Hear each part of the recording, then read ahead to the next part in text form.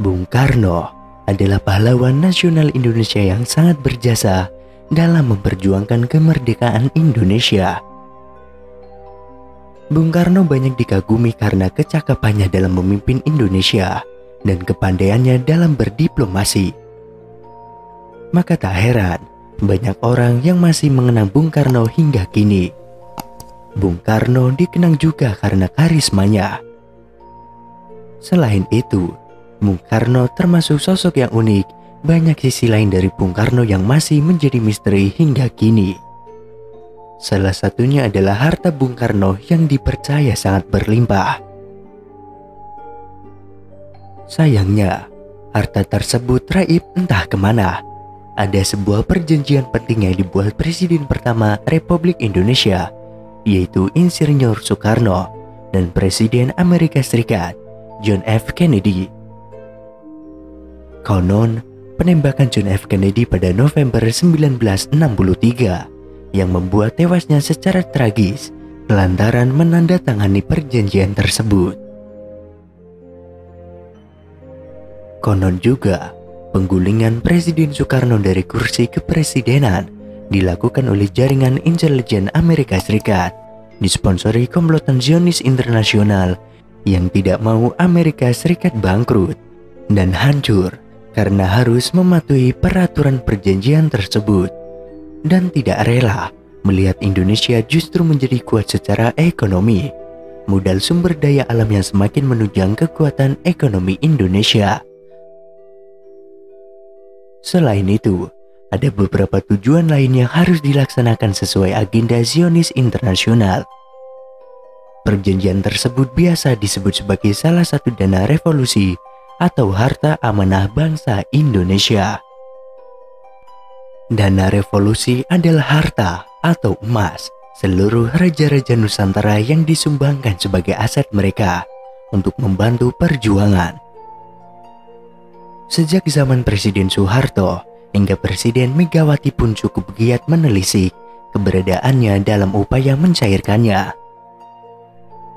Perjanjian The Green Hilton Agreement resmi ditandatangani pada 21 November 1963 di Hotel Hilton, Genewa oleh Presiden Amerika Serikat John F. Kennedy beberapa hari sebelum dia dibunuh, dan Presiden Soekarno dengan saksi tokoh negara Swiss William Volcker. Perjanjian tersusun dalam MOU antara Republik Indonesia dan Amerika Serikat 3 tahun sebelumnya. Poin penting perjanjian tersebut, pemerintah Amerika Serikat selaku pimpinan pertama mengakui bahwa 50% keberadaan emas murni batangan milik Indonesia, yaitu sebanyak 57.150 ton dalam kemasan 17 paket emas. Sementara itu, pemerintah Indonesia selaku pihak kedua menerima batangan emas tersebut dalam bentuk biaya sewa penggunaan kolateral dolar yang bersifat sewa sebesar 2,5% setiap tahun bagi siapa atau bagi negara mana saja yang menggunakannya. Biaya pembayaran sewa kolateral yang 25% dibayarkan pada sebuah akun khusus atas nama The Heritage Foundation yang pencairannya hanya boleh dilakukan oleh Bung Karno sendiri. Berikut sepenggal kalimat penting dalam perjanjian tersebut. Mempertimbangkan pernyataan ini yang ditulis dan ditandatangani di November 21, 1963.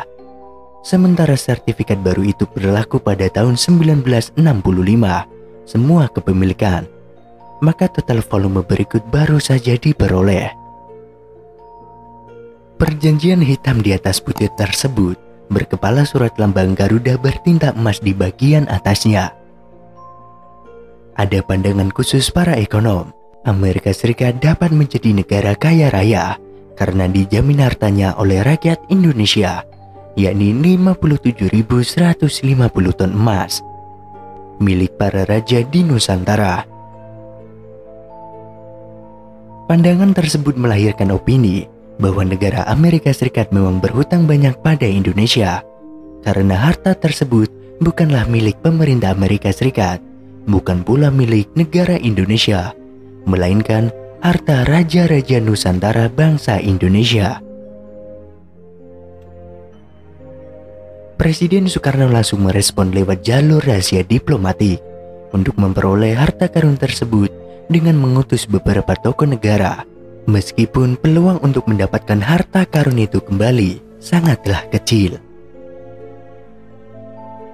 Pihak Amerika Serikat dan beberapa negara sekutu saat itu selalu berdalih jika Perang Dunia masuk dalam kategori force majeure, yang artinya tidak ada kewajiban pengembalian harta tersebut oleh pihak pemenang perang.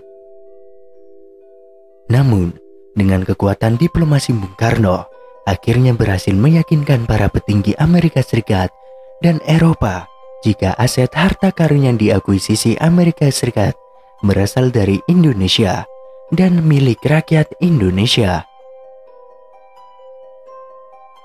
Bung Karno menyodorkan fakta-fakta bahwa ahli waris dari harta yang dikategorikan menjadi force majeure masih hidup.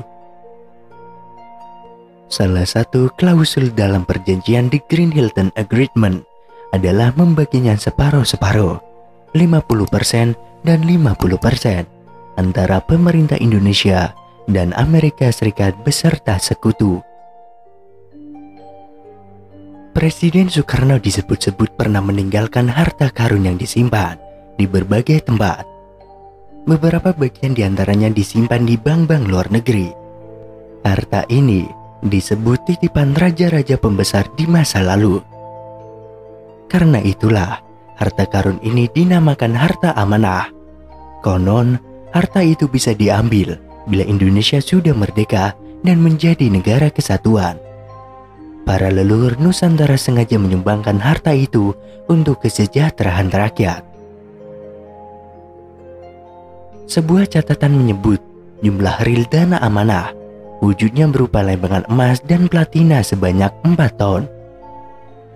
Juga uang sebanyak 50 miliar dolar Amerika Serikat. Dana ini berasal dari pemufakatan para raja di seluruh Nusantara di Denpasar, Bali. Konon, dari pertemuan inilah mereka menyerahkan sebagian hartanya kepada Bung Karno yang dikisahkan oleh notaris Mr. Frank dengan akuntan publik Mr. William dari Belanda. Harta itu kemudian disimpan di sebuah bank di Swiss. Ada juga yang percaya bahwa harta itu tidak hanya ditumpuk di Swiss, tetapi juga di beberapa tempat seperti di gua-gua. Diyakini beberapa tempat seperti gunung-gunung di Jawa Barat juga menjadi tempat menyembunyikannya.